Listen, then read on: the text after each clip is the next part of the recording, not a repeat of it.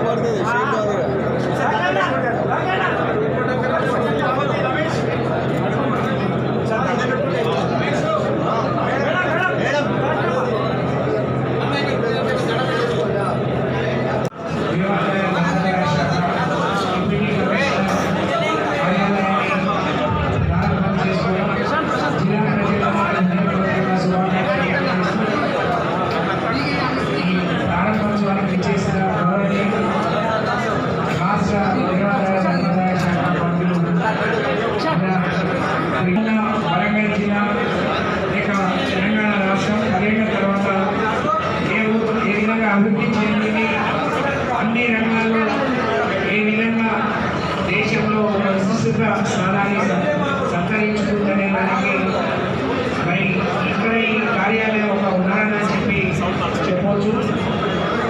ఈరోజు భద్రకాళి అమ్మవారి మానవీయులు కావచ్చు, యాదాద్రి నుంచి మొదలు పెట్టుకుంటే రాష్ట్ర వ్యాప్తంగా అనేక దేవాలయాన్ని పునరుద్ధరించి భారతదేశంలో ఎక్కడ లేని విధంగా ఈ రాష్ట్రంలో సుమారు 10,000 దేవాలయాలకు ధూపదీప నైవేద్యం కింద 10,000 రూపాయలు.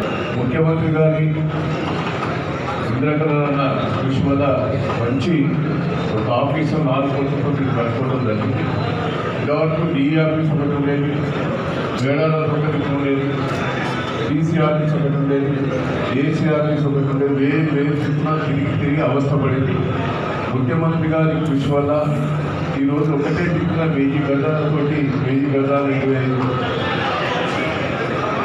ఇక్కడ 4 కోట్ల చిల్లరతోటి మంచి బిల్డింగ్ కట్టించిన కేసీఆర్ గారికి, దీన్ని సహకరించిన ఇంద్రకరణ్ రెడ్డి గారికి మా జిల్లా ప్రజల తరఫున వారి కృతజ్ఞతలు, ధన్యవాదాలు తెలియదు. ఎందుకైనా కేసీఆర్ గారు వచ్చిన తర్వాతనే దేవాలయాలు అభివృద్ధి అయ్యింది.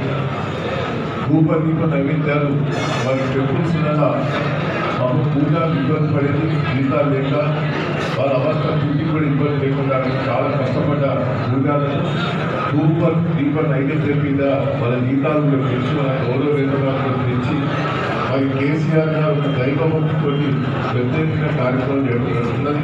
చాలా యాదాద్రిని బాగా రూపకల్పన చేసి దేశంలో కంటే ప్రపంచంలో చరిత్ర సృష్టించారు. అసలు